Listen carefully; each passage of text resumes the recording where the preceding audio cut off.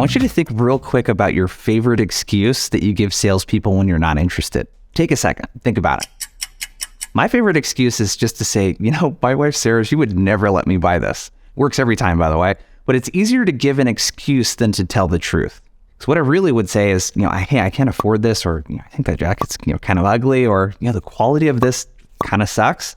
And honesty sounds really great in theory, but usually the result in my experience is that the salesperson, they could take it personally. And unless you're an absolute psychopath, you probably don't enjoy rejecting people for the fun of it. Our prospects are exactly the same. They're human beings just like us, and most of them don't get enjoyment out of rejecting salespeople. It's just easier for them to make an excuse like, I'm about to hop into a meeting, or, hey, this sounds interesting. Can you send me an email? Or, dude, I'm busy right now. I'm sure those sound very familiar to you.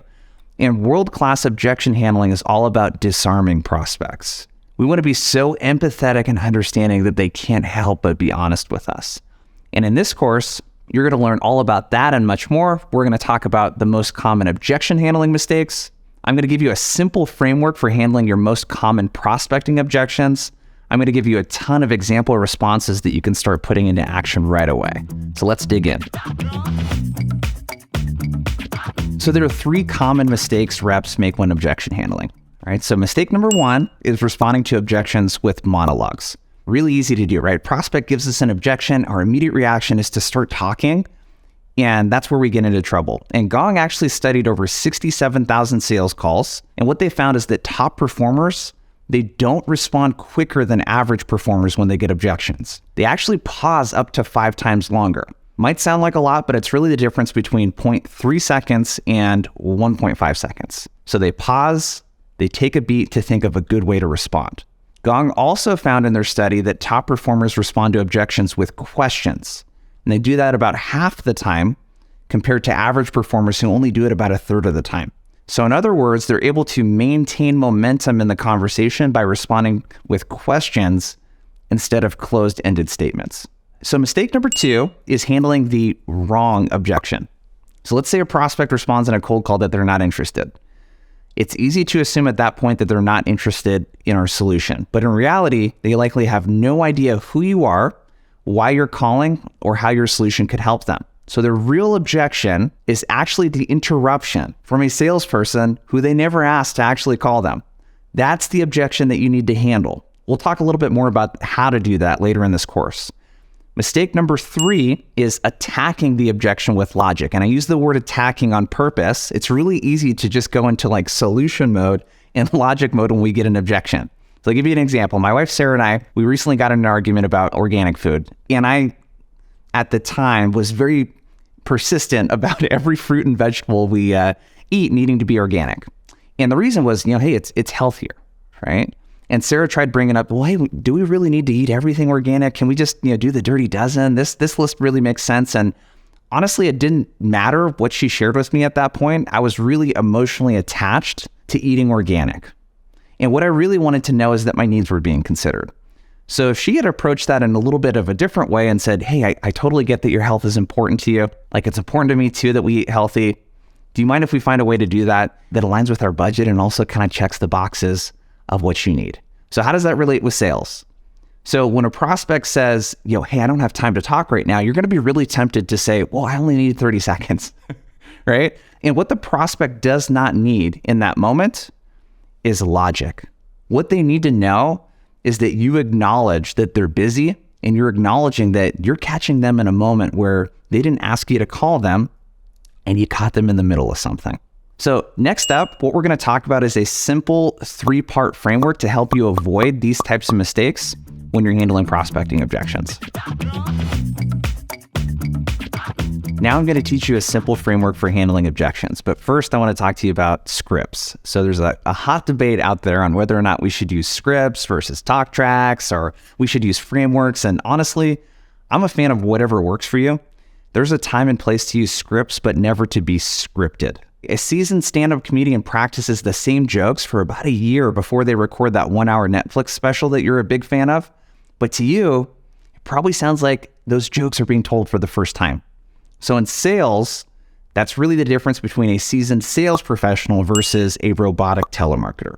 World-class objection handling isn't about using the perfect combination of magic words. Those do not exist. It's about following your framework. So what I want to share with you is the framework first, and then in later sections, you're going to get example scripts so you can see the framework in action. The framework will help you understand what's going on behind the script. Let's dig into the 3-part framework. I call it EVO. Empathize, validate, offer.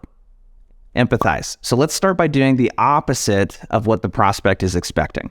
So when someone says not interested, what they're usually expecting in response to that is an immediate pitch about why they should be interested. So what we need to remember here is that everyone wants to feel heard, and all we need to do is simply acknowledge what the prospect said and then read between the lines about where the prospect might actually be coming from or what they might be thinking but not saying. So let's think for a second. When a prospect says not interested, what's going on in their head that they might not be communicating? It's probably something like, dude, I'm busy, right? Or you caught me in the middle of something way more important than this. Or I thought you were someone else, like my kid's school or whatever it might be. So we're going to simply acknowledge what they said, and that might sound something like this. Sounds like I might have caught you in the middle of something. Validate. Our next goal is to show the prospect that we don't think their response is crazy. So empathy in combination with validation, it has a pretty crazy way of disarming people and getting them to lower their guard. So if we do those 2 steps together, that's going to sound something like this. Sounds like I might have caught you in the middle of something. Totally understandable if now's not a good time. Offer. Now it's time to make an ask. So I want you to remember this simple rule. Don't prospect to make a sale, prospect to start a conversation. We are not in sales mode right now, so don't try to get the prospect interested in your solution. Get the prospect interested in something much smaller, much more digestible, which really is just continuing the conversation with you. So in this case, I'm going to ask if I can share the reason for my call. And when I do all 3 of those steps together, it might sound something like this. Hey, sounds like I might have caught you in the middle of something. Totally understandable if now's not a good time. I did some research on your company. I saw that you guys are hiring a ton of SDRs and account executives right now. Do you mind if I share more? So there's another secret weapon you can use when objection handling, and it's smiling. So if you get dimples like I do, I want the prospect to see that through the phone, okay? So make it hard to be mean or rude to. In the next few videos, I'm going to show you how to use the EVO framework to handle your most common prospecting objections. I want you to think about all of the objections that you've ever gotten in a cold call. I'm not interested. I'm busy. I'm in a meeting right now. How'd you get my phone number? Can you send me an email? So what is it that you guys do again? We already have a solution. We're using one of your competitors. We don't have a budget. Big list of objections, right? The cool part about this is that you can actually funnel all of those objections into 2 types of objections. The first type is what we're going to cover in this video, and they're called interruption-based objections. There's no way around it. When you cold call a prospect, you're interrupting them. By definition, a cold call is calling someone who did not ask you to call them. So hardly anyone picks up those calls on purpose, but you get to choose if you're an interruption. So the actual objection that you need to handle is the interruption. The prospect, again, is objecting to being interrupted. So these types of objections fit into this category. The not interested, the I'm busy, the I'm in a meeting right now, how'd you get my phone number, can you send me an email? We're going to start by acknowledging the interruption and then ask for an opportunity to explain the reason for our call. So let's get into how to do that. Not interested. Let's start with the most common objection of them all, the not interested or the I'm busy. So if you get this really early in the cold call, within the first 30, 60 seconds, try this talk track. It sounds like I might have caught you in the middle of something. Totally understandable if now's not a good time. There's 2 variations that you can respond with here. Variation A, hey, I did some research on your company. I noticed that you guys are hiring a ton of SDRs and AEs right now. You mind if I share more? Variation B is, hey, do you mind if I take 30 seconds to tell you the reason for my call? Let's talk about the next type of objection. I'm heading into a meeting. I don't know about you, but I always find it funny that prospects are heading into meetings at like 2:49 p.m. in the afternoon. So you know this is probably an excuse to get you off the phone, so we want to make it quick. Hey, sounds like I might have caught you on the move. Would you mind if I take 30 seconds to tell you why I'm calling? And then you can decide if you'd like to put this conversation on pause and chat later when you're not heading into a meeting. Next objection. How'd you get my phone number? It's important here to be transparent. So think about real quick where the prospect's coming from. How would you feel if someone called you on your cell phone and then kept calling you until you finally picked up? You'd probably feel like it was a bit of a violation of your privacy, so let's acknowledge that. sounds like I might have caught you off guard here. Totally understandable since I'm calling you out of the blue. I actually got your info from Zoom Info, and from my research, more importantly, it looks like you guys are doing a ton of hiring on the sales team right now. Do you mind if I tell you more about why I'm calling? Address the objection and be honest about where you got their information from, and then we're going to shift the focus into the reason why you decided to reach out. All right, next objection, send me an email. This is always a fun one. And again, what we want to do is put ourselves in the seat of the prospect and ask ourselves, why would someone ask us this? So more likely than not, I don't know what your experience is, but when I send an email to a prospect that asked me to send them an email, I hardly ever get a response. So it's really kind of a polite way for them to tell us that they don't want to engage with us. So with this response, I drew a lot of inspiration from a guy, Bilal Batrawi, who's a good friend. So I want to give him a little bit of credit. And here's how we want to think about responding. Totally, of course. Sounds like you want some more info to decide if it's worth your time to chat further. There's actually a lot that I could send over to you. Do you mind sharing if this is just for you to take a look at or if it's something you're going to be forwarding over to your team? So the goal here is to get the prospect talking. And oftentimes they might say something like, yeah, I'm actually going to send it to my team. And then I might ask something like, hey, I'm really curious if you're like other support leaders that I talk to who really care about reducing cost to serve through better call deflection. How does that align with what your team is working on right now? And again, I'm hoping that the prospect will be talkative and share a bit more about what they're focused on. I can do some really light discovery there, and then I'm going to hook back and ask for the meeting one more time. And that might sound something like this. Hey, you know what? You mind if I make a crazy suggestion? And usually you'll get kind of a funny response. They'll be like, yeah, sure. What's up? I hear those same exact challenges from organizations like A, B, and C. What do you think about scheduling 10 to 15 minutes to share some insights into how they're tackling those same challenges instead of clogging up your inbox with another email? All right, there you go. So that's how we handle interruption-based objections. Next up, we're going to talk about time value-based objections. All right, now for the second type of objections, the time value-based objections. So let's say you get into the meat of the call and the prospect says, hey, we already have a solution in place. And maybe they drop a competitor's name. So remember, almost everyone you reach out to already has a solution in place. Something they're doing is getting the job done, and it's probably doing a decent job of it, okay? So essentially the prospect is saying, I don't feel like it's worth spending more time speaking with you because I'm probably not going to get any value from meeting with you for 30 more minutes to get a demo of your solution. So the objection we really need to handle is the value they'll get in return for their time. And no, the value is not learning more about your solution, okay? They don't want to get a demo. The value is insights from how similar customers are solving similar problems. So we're going to sell the next conversation, not your solution. So the first thing that we need to do is get our customer stories ready because executives love proof points and insights into what best in class looks like. That's really what the executives at a lot of the really fast growing companies that you're reaching out to, that's the number one thing they care about. What are their peers doing? So that's the value you can deliver if they take a meeting with you. Short customer stories are the most effective way to handle these types of objections. So just like with everything else we've talked about so far, there's a simple framework you can put in place. It's who, what, how. And by the way, whether you're an SDR and BDR or an account executive, you should commit 3 or 4 of your best customer stories to memory. So let's say the prospect asks you, so what do you guys do? Pretty common question on a cold call, right? So here's how to answer this question with a simple customer story. Hey, great question. The reason I was giving you a call is that we're actually working with a few of the sales leaders at companies like Gong and Medallia. And one of the big challenges was that they were moving from primarily an inbound-led sales motion to an outbound-led sales motion. Their AEs needed to self-source more of their opportunities to create a blended pipeline so they didn't rely so much on marketing. And increasing pipeline coverage from 3 to 5x was a really big focus. And one of the ways we helped them was just getting their AEs to do some more outbound prospecting. So if nothing else, I think you'll get a ton of value from how those sales leaders are thinking about it right now. How's your calendar looking next Tuesday afternoon for a quick call? That's it. Nice and simple. All right. So you want to prepare a handful of those types of stories to use for the next set of objections I'm going to walk you through. So let's start with the fun one. We already have a solution. Again, let's sit in the seat of the prospect. What they're probably thinking is, dude, good to go here. It's a lot of work to find another solution.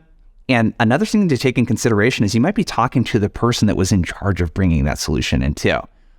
Or it just might be really low on their list of priorities. So I'm just simply going to acknowledge that. Here's what that might sound like. Hey, sounds like you might be taken care of. And I'm going to give you two variations from here that you can use. Variation A is the pros and cons list. This happens to be my personal favorite. I'm just going to give a list of things that people typically like about that solution and stuff that they don't care about.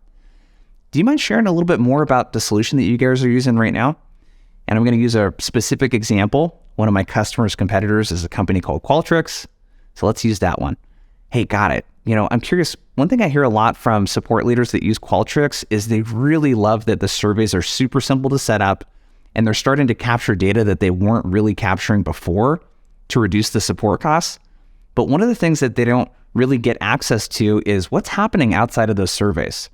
So what's happening in live customer conversations, texts, emails, and being able to capture that data and find friction points to reduce the cost to serve. What's your experience been? So if I can expose some gaps there, customers typically are pretty willing to open up about it. Variation B is to use a customer story. So this is another one of my favorites too. This works really, really well. Hey, do you mind sharing a little bit more about the solution you're using? Yeah, we're using Qualtrics. Well, hey, the reason I ask is that we're working with a few other customers right now that are using Qualtrics. And one of the problems they were running into is that they were getting great survey data, but they weren't capturing live conversations that their salespeople and their bankers were having with customers, and they weren't able to find friction points and where they got stuck. And one of the things I'd love to share with you is how folks are capturing customer conversations and using those insights to reduce the cost to serve. Do you by chance have your calendar handy? And I'm just going to go right into scheduling the meeting. Next up, we don't have the budget. This is a tough one, especially depending on the types of industries you might be selling into and how the economy is affecting them.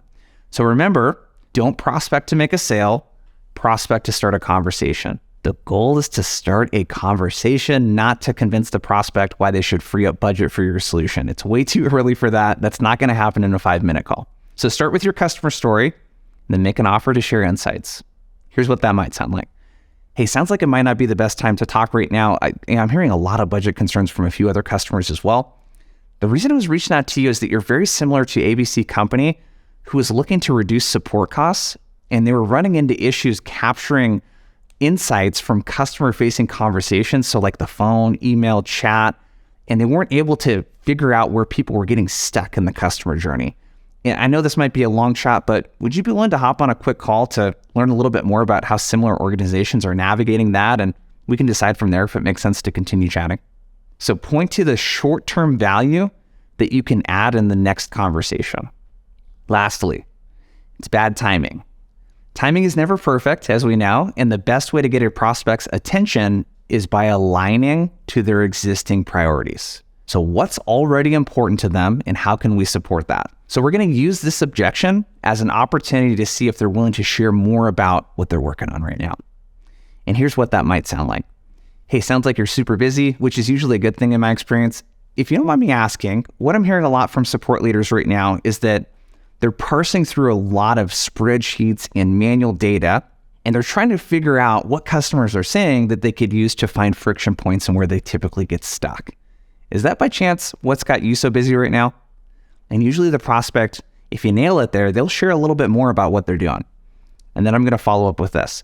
The reason I ask is that we work with a lot of similar organizations like A, B, and C, and they're running into those same exact challenges. And one of the ways that we're helping them is just by surfacing some of the insights from those spreadsheets, from that data, in a way that they can get instantly so that they can reduce support costs. Is that something that you'd be interested in hearing a little bit more about? Cool. So that's the bad timing objection. And now we have a set of ways to respond to time value-based objections. All right, so what you've learned is that objection handling is not about magic words and phrases. It's all about disarming the prospect, getting them into a mental state where they're willing to engage with you. And remember, don't prospect to make a sale, prospect to start a conversation. That is the golden rule of prospecting. We're not selling solutions, we're selling low friction next steps. And in this case, that simply could be getting 30 to 60 more seconds in your cold call. We also want to avoid the 3 common prospecting objection handling mistakes. So mistake number 1, responding to objections with monologues. Mistake number 2, handling the wrong objection. And mistake number 3, attacking the objection with logic. So make sure to leverage the EVO framework: empathize, validate, offer. And lastly, use the talk tracks you learned from each of the objections. Put those principles and frameworks into action, and I guarantee that you're going to get better results from your cold calls. Again, my name is Jason Bay. Appreciate you checking out the course. Connect with me at Outbound Squad or send me a connection request on LinkedIn.